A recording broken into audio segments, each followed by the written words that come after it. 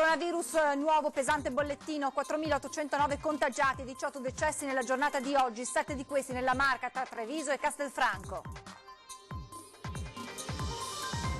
Il presidente Zaia va avanti per la sua strada nonostante il provvedimento firmato ieri sera dal ministro della Salute Speranza. Non ritiro la mia ordinanza, annuncia il governatore del Veneto. Supermercati chiusi la domenica e si studia un sistema per controllare le uscite dei clienti. Troppe persone escono più volte per andare in farmacia o a fare la spesa, spiega Zaia. Partite da Padova questa mattina alla volta delle amministrazioni provinciali venete circa 570.000 mascherine protettive realizzate da Grafica Veneta, 98.800 in arrivo nella Marca trevigiana. Paolo Palone Sartori, capo ultra dell'Imoco Volley, è risultato positivo al coronavirus e si trova ricoverato in ospedale. La gente come noi non molla mai, forza Paolone, il messaggio dei tifosi. Disposti anche a chiudere le fabbriche se necessario, così la numero 1 degli industriali di Treviso e Padova, Piovesana, che boccia ancora una volta l'azione del governo, intanto il boom di cassa integrazione. Continuano i controlli delle forze dell'ordine, ieri un ventenne è stato denunciato dalla polizia a Treviso, sto andando a tagliarmi i capelli, la spiegazione fornita agli agenti. Sono tornati a casa i 3 gemellini nati nelle settimane scorse al Cafoncello, un inno alla vita, spiega il direttore generale Benazzi. Buonasera, ben ritrovati con l'informazione da Treviso e provincia, dunque in primo piano i nuovi dati sui contagi e sui ricoveri per il Covid-19 con l'aggiornamento arrivato in serata dalla Regione Veneto che vede salire i casi positivi in Veneto a 4.809 con un incremento rispetto al bollettino di questa mattina di 192 casi. Sono 13.589 le persone in isolamento domiciliare. Nella Marca sono 864 i casi positivi nella Marca trevigiana, come detto, con un incremento di 58 casi rispetto a questa mattina, 1775 le persone in isolamento domiciliare, ancora 1084 le persone ricoverate con un incremento di 142 pazienti entrati in ospedale rispetto a questa mattina. 257 invece i pazienti in terapia intensiva, 8 casi in più rispetto all'aggiornamento di stamane e ancora sale purtroppo drammaticamente il numero delle vittime, siamo a 164 in Veneto con 18 decessi in più quest'oggi. Per quanto riguarda la Marca trevigiana, 7 le persone che hanno perso la vita nelle ultime ore, 4 erano ricoverate all'ospedale di Treviso e 3 all'ospedale di Castelfranco. E nonostante l'ordinanza firmata dal ministro della Salute Speranza, il governatore Zaia va avanti per la sua strada e mantiene le misure restrittive prese ieri. Intanto sono partite da Padova questa mattina alla volta delle amministrazioni provinciali venete circa 570 mascherine protettive realizzate da Grafica Veneta. Non ritiro l'ordinanza del Veneto, per me resta valida fino al 3 aprile, a meno che non accada che il 25 di marzo il governo, che dovrà reiterare un nuovo DPCM, non la faccia, come si può dire, diventare inutile perché adotta delle misure ancora più restrittive. Nessuna marcia indietro del governatore Zaia dopo quello che chiama il fuori programma di ieri sera con l'ordinanza del ministro Speranza. Per le attività all'aria aperta devo dire che è assolutamente in linea con quella nostra. Ovvio che la nostra ha molto di più. Restano dunque valide fino al 3 aprile le disposizioni firmate ieri dal Presidente del Veneto, dalle passeggiate entro i 200 metri da casa ai supermercati chiusi la domenica. Se vanno in negozio, in generale abbiamo scritto nella nostra ordinanza una persona per famiglia e non andarci 8 volte al giorno. Stiamo anche studiando un sistema per evitare che ci siano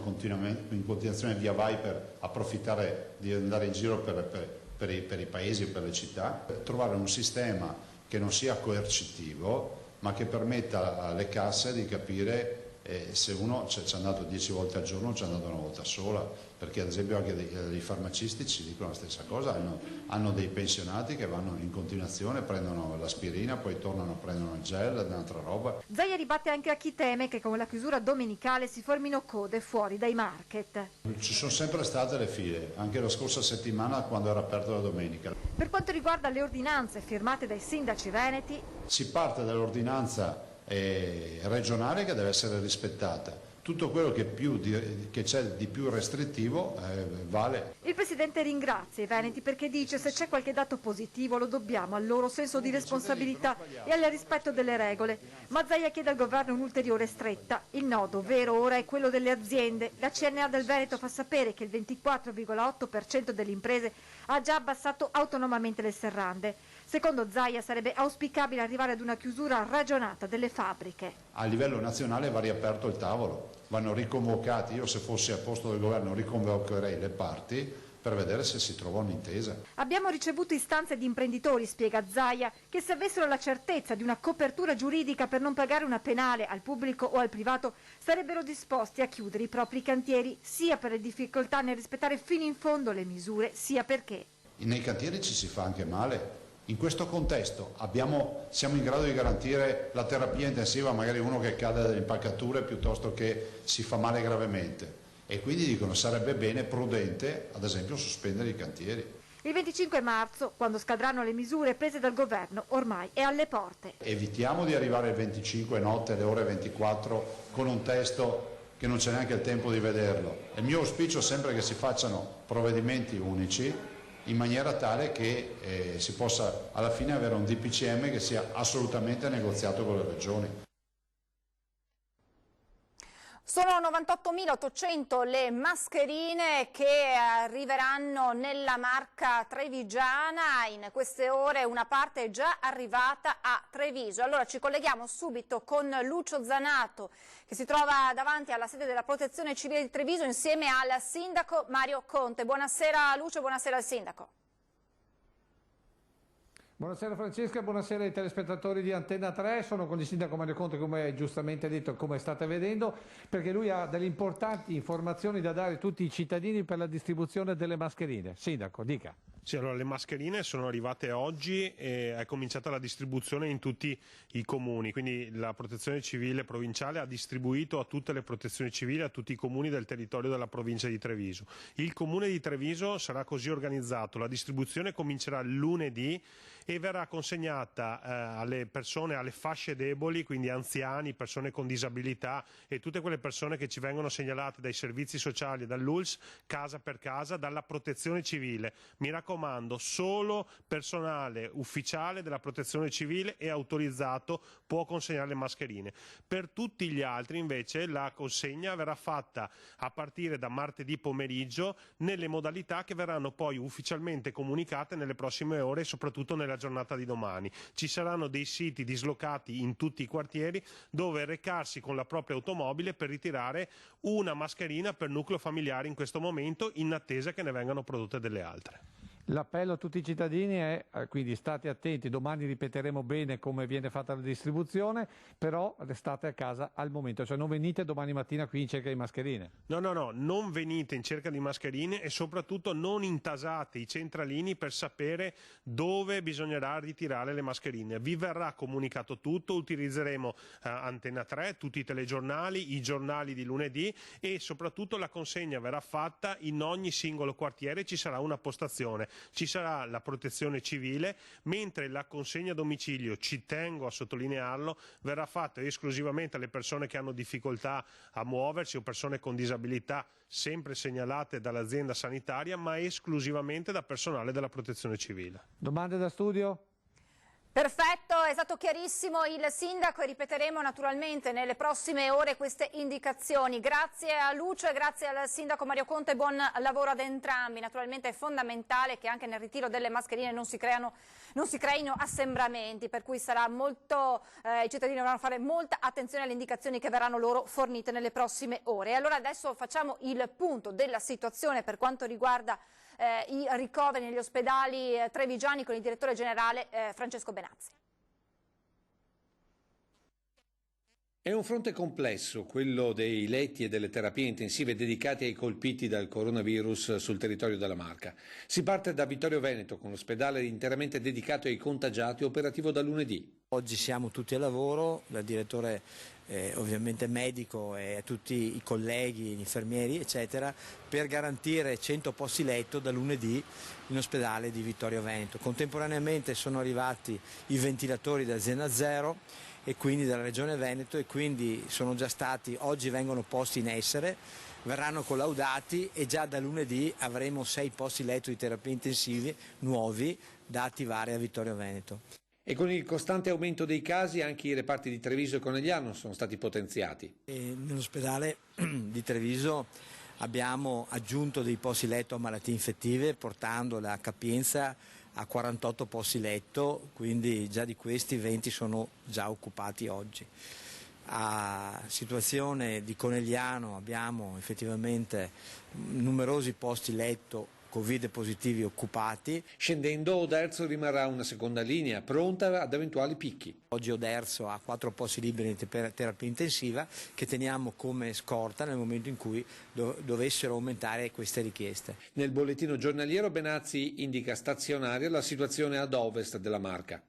Castelfranco la situazione è stazionaria, a Montebelluna abbiamo oggi la rianimazione completa con 4 posti letto completi, però non andremo a occupare gli altri perché l'ospedale di Montebelluna dovrà rimanere come ospedale che raccoglie i pazienti oncologici e i traumi e le urgenze anche da Castelfranco Veneto. Infine i tamponi per chi opera all'interno degli ospedali. Oggi siamo a quota 109 positivi, quindi con le autorizzazioni regionali siamo riusciti, come dire, a sopperire ai colleghi purtroppo che hanno contratto il virus, che oggi sono a domicilio, quindi in isolamento domiciliare. Un fronte complesso per assorbire il costante aumento dei contagi. La marea è montante, teniamo conto che abbiamo molte persone fragili che sono gli anziani, per cui dire che oggi questo è finito è impossibile, per cui continuo a ribadire a tutti: attenzione, questo virus veramente è pericoloso, è subdolo, quindi state a casa, state nelle vostre case, che siete sicuri voi, saranno sicure le vostre famiglie,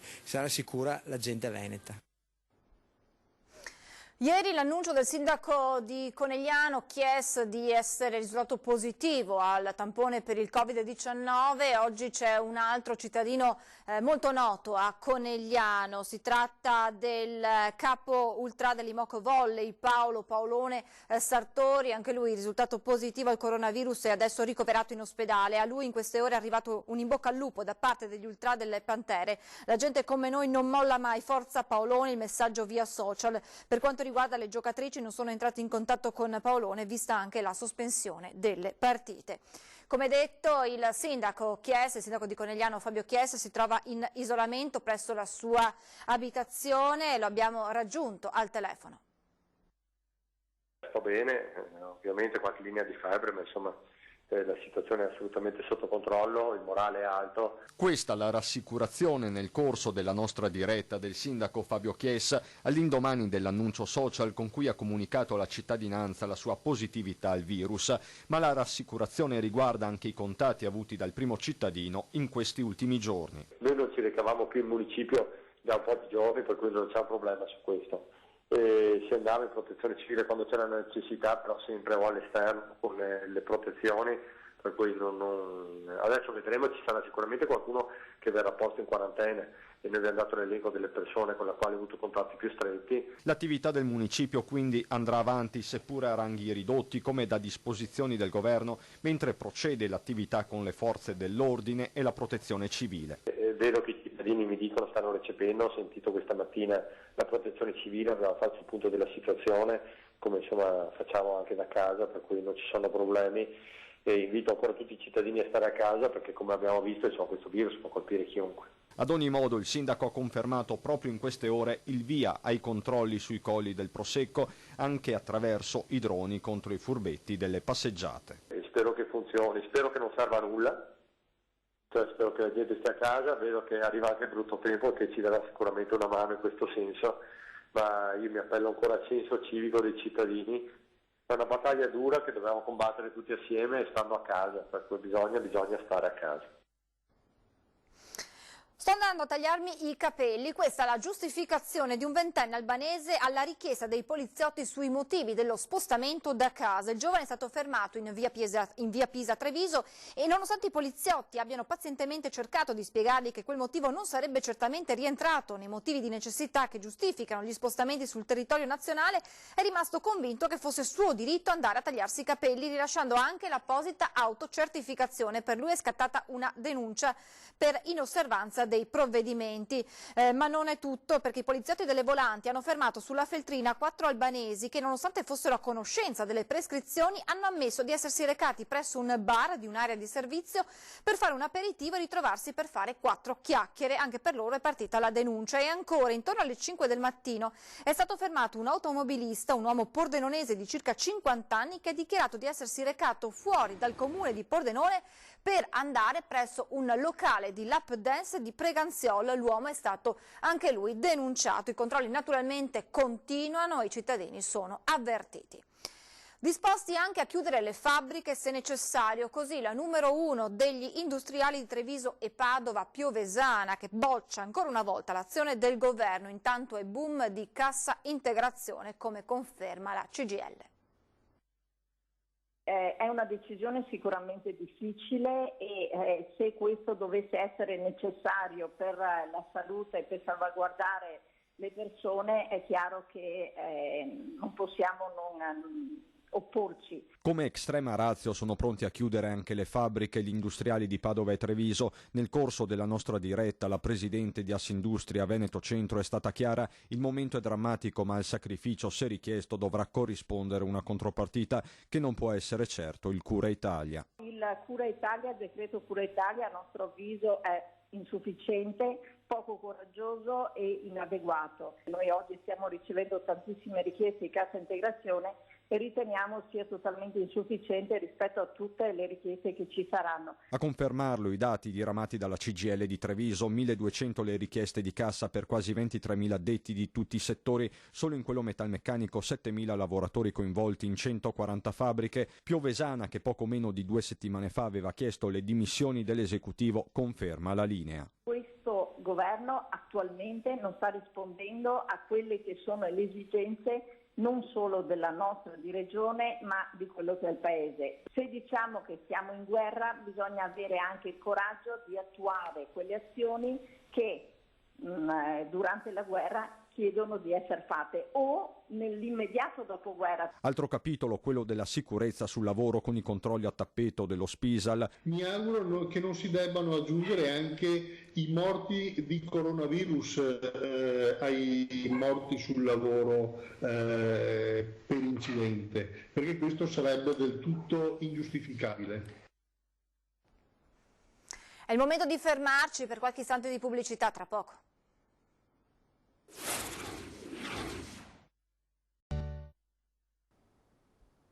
Rieccoci in diretta per mostrarvi le immagini di una Treviso che molti di voi non possono vedere per rispettare le regole anti-contagio.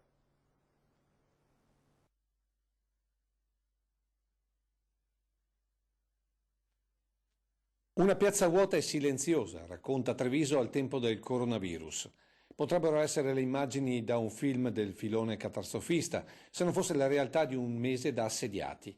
Una vera e propria guerra che sta già segnando la nostra storia, con i cartelli e i giardini pubblici chiusi, le piazze popolate solo da colombi e le lunghe file anticontagio fuori dai supermercati, come qui nel cuore del centro storico. E tutto in un silenzio davvero irreale per le nostre comunità. Immagini che per certi versi riportano alle tessere annonarie per chi ha vissuto la Seconda Guerra Mondiale o all'ex Jugoslavia per chi ha toccato con mano la follia fratricida dei Balcani. La gente ha quasi paura di parlarsi anche dietro le mascherine e prende coraggio solo dal terrazzo di casa, scambiando qualche battuta con i condomini al balcone. E poi c'è la fila di negozi chiusi, tutti con il cartello che spiega in modi diversi la stessa motivazione. C'è chi la racconta in maniera diretta, chi in versione asettica, poi chi ci mette del proprio e chi arriva a scusarsi per una colpa certamente non sua. Poi chi punta all'ottimismo degli affetti e quello legato alla vita. Ma quello che intristisce è il contrasto tra le piazze vuote e le bacheche piene di epigrafi. Sono i caduti del coronavirus. volti noti come il magistrato che ha combattuto la mala del Brenta, o sconosciuti per chi non li ha avuti come genitori o nonni, ma anche amici o vicini di casa. E allora queste età e queste indicazioni di non funerali le dedichiamo a quanti ancora una volta usciranno senza pensare che magari un loro respiro ucciderà chi incroceranno sulla loro strada. In questa battaglia contro il coronavirus è importante la collaborazione di tutti i cittadini nello stare a casa il più possibile, ma anche nel donare.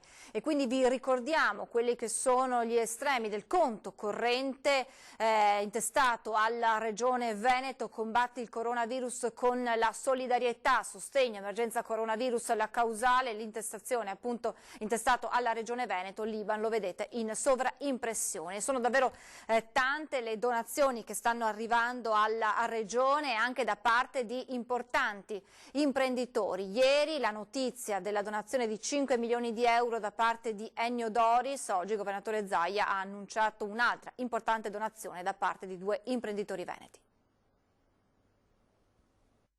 Ci permetterà di risparmiare da quel debito che stiamo aprendo come Veneti di una 50 di milioni di euro ormai per questa vicenda. Una 50 di milioni di euro il debito aperto come Veneti per far fronte all'emergenza coronavirus. E così le tante donazioni, piccole o grandi che siano, sono una boccata d'ossigeno per le casse della Regione.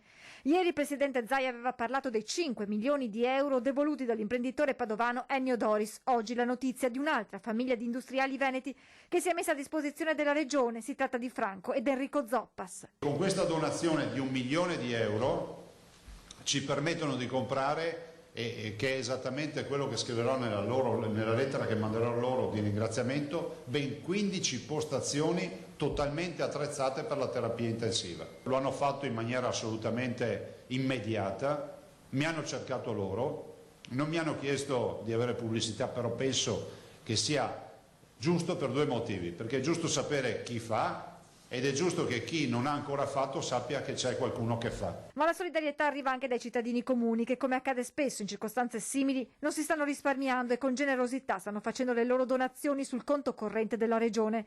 Non tutti però, soprattutto gli anziani, in questi giorni riescono a procedere con il bonifico, anche se vorrebbero comunque contribuire, e per questo chiedono l'istituzione, come è accaduto in altre situazioni d'emergenza, di un numero di telefono solidale. Questo è un problema che stiamo affrontando, che è quello del numero con l'SMS solidale. E io ne ho già parlato, vedremo se riusciamo ad attivarlo. Il problema è che vi dico subito quale sarà, che nel momento in cui sarà attivato non sarà solo per il Veneto e quindi dopo dovremo andare a riparto. E poi ci sono quelle notizie che danno un po' di luce in questo momento davvero difficile. Sono tornati a casa i 3 gemellini nati nelle settimane scorse alla Cafoncello. Un inno alla vita, ha detto il direttore generale Benazzi. Mamma e papà hanno portato a casa in mattinata i loro 3 gemellini, nati nelle settimane scorse, dimessi dalla patologia neonatale diretta dal dottor Enrico Busato. Oggi inizia per loro una nuova vita, certo, in un momento non facile, ma questo è davvero l'auspicio più bello, andrà tutto bene. Un inno alla vita, ha detto Francesco Benazzi, direttore generale dell'US 2 Marca Trevigiana. Il bello è che sono nati ancora bambini, sono nati bambini sani, e c'è stato un parto trigemellare, quindi una nascita di 3 gemelli, quindi la vita continua, quindi la ginecologia di Treviso, che è un fiore all'occhiello, continua ad essere riconosciuta come tale dalle donne ed avere il gradiente positivo delle donne. Sono 141 i bimbi venuti alla luce da quel fatidico 25 febbraio che con il primo decesso ha segnato per l'ULSS 2 l'inizio dell'epidemia di Covid-19. Cerchiamo, accogliendo l'invito di questi bellissimi bimbi, dice ancora Benazzi, di guardare avanti e pensare positivo. Rispettando tutte le regole ce la faremo ad uscire il più fretta possibile da questa tragica pandemia. Apriamo adesso la nostra pagina con le notizie da Belluno e provincia.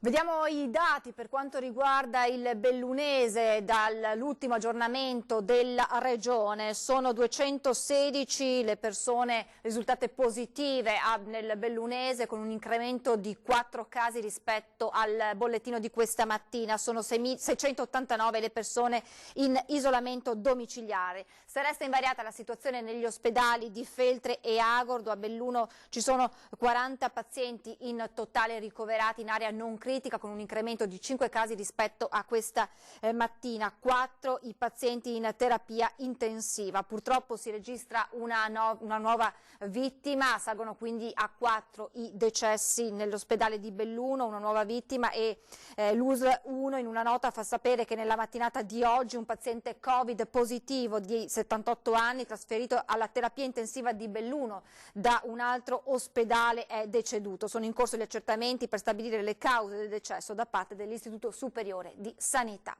E USL 1 Dolomiti, che ha aderito alla sperimentazione del farmaco contro l'artrite reumatoide per curare il coronavirus con le aziende sanitarie e gli ospedali di Padova, Verona, Vicenza, Sant'Orso, Rovigo, Villafranca e Negrar. Lo studio è stato approvato lo scorso 18 marzo dall'AIFA.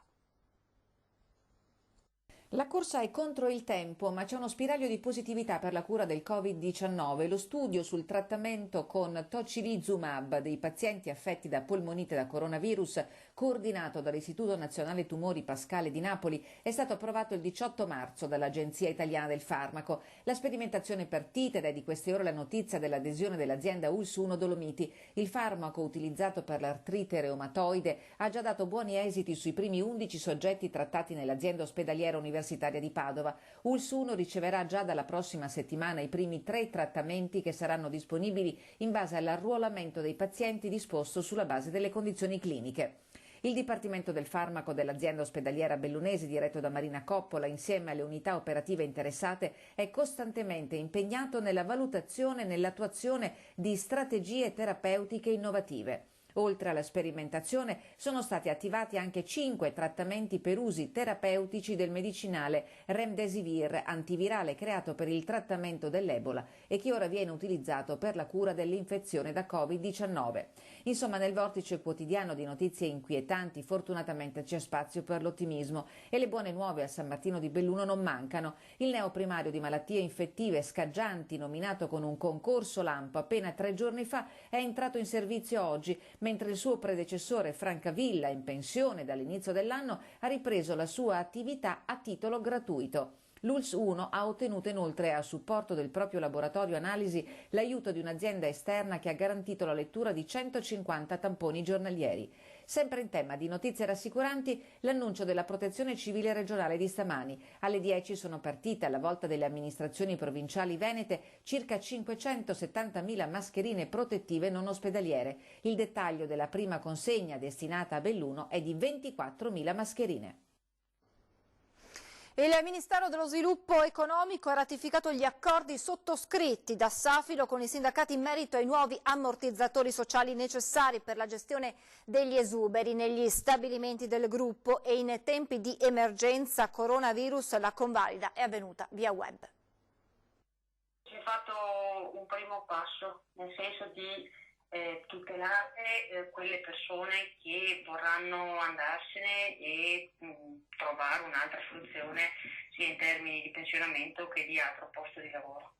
Per quanto riguarda invece tutta la partita di come andrà avanti la Safilo, dobbiamo stare assolutamente attenti, vigilare. Diciamolo subito, l'accordo non è un punto di arrivo ma una ripartenza verso un nuovo traguardo. Dopo il sì a larga maggioranza dell'Assemblea dei lavoratori Safilo, l'accordo sottoscritto il 2 marzo scorso da sindacati e dirigenza è stato ratificato dal Ministero dello Sviluppo Economico. Regionali e nazionali hanno fatto questo collegamento web con il Ministero e siamo giunti alla ratifica di tutti gli accordi che erano stati firmati a livello di singoli stabilimenti. L'accordo prevede l'avvio dei contratti di solidarietà e incentivi all'esodo volontario per la gestione dei 700 esuberi negli stabilimenti del gruppo, 400 dei quali a Longarone. Spetterà ai sindacati vigilare sul piano industriale presentato dall'azienda a dicembre e verificare la tenuta dello stabilimento. In tempi di emergenza coronavirus la ratifica dell'accordo è avvenuta via web. Abbiamo chiesto un ulteriore sforzo all'azienda la settimana scorsa di sanificazione, quindi di più di 2 giorni per implementare ulteriormente le misure di sicurezza, e quindi andiamo avanti su questa strada. In questo momento di grande preoccupazione per la propagazione del Covid-19 le aziende sono passate al setaccio dal personale degli Spisal. Safilo ha approntato un protocollo verificato dagli RLS e dalla RSU. Io credo che quelle aziende che lavorano in sicurezza, fin tanto che è possibile, possano e debbano lavorare. Capisco anche però appunto quei lavoratori che in qualche modo hanno paura. L'unica soluzione che io vedo è continuare a vigilare ed implementare le misure di sicurezza. E continuano ad essere davvero tantissimi i video, le foto che stanno arrivando in redazione di arcobaleni, di figure che danno speranza in un momento davvero difficile. Allora vediamone alcune che avete inviato in queste ore in redazione.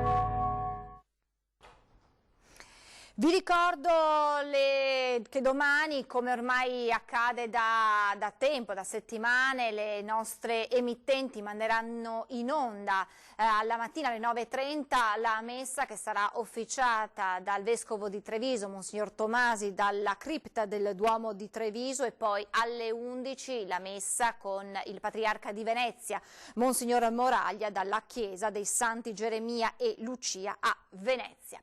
Vi lascio adesso alle previsioni del tempo e poi a seguire continuerà la nostra edizione straordinaria con Daniela Sizia per tutti gli aggiornamenti e le novità delle ultime ore sull'emergenza coronavirus. A me non resta che ringraziarvi e augurarvi un buon fine settimana.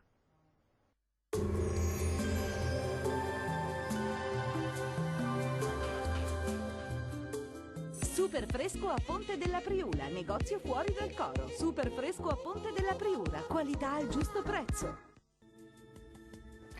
Bentrovati al meteo. Domenica 22 marzo avvertiremo i primi refoli freddi portati da un'irruzione di aria gelida dalla Russia che si farà particolarmente sentire a inizio settimana. Vediamo la previsione nel dettaglio. Sul Veneto condizioni di tempo in prevalenza asciutto e stabile, il cielo vedete si presenterà molto nuvoloso e coperto, però al pomeriggio non si escludono anche dei rovesci, specie sui settori montuosi. Temperature in lieve calo, minime tra -2 e 4 gradi, valori massimi oscillanti invece tra i 9 e i 14 all'incirca. Ci spostiamo ora sul Friuli Venezia Giulia, anche qui il cielo sarà grigio e nuvoloso ma senza piogge. Al pomeriggio poi non si esclude invece qualche parentesi maggiormente soleggiata. Temperature minime tra -1 e 1 grado, massime invece comprese tra 10 e 13. Uno sguardo infine al Trentino Alto Adige, anche qui il cielo sarà coperto con qualche occasionale piovasco a carattere sparso. Temperature minime tra 2 e 3 gradi, massime sui 15 all'incirca. Dal meteo per ora è tutto, vi auguro un buon proseguimento in compagnia di Antenna 3. Arrivederci.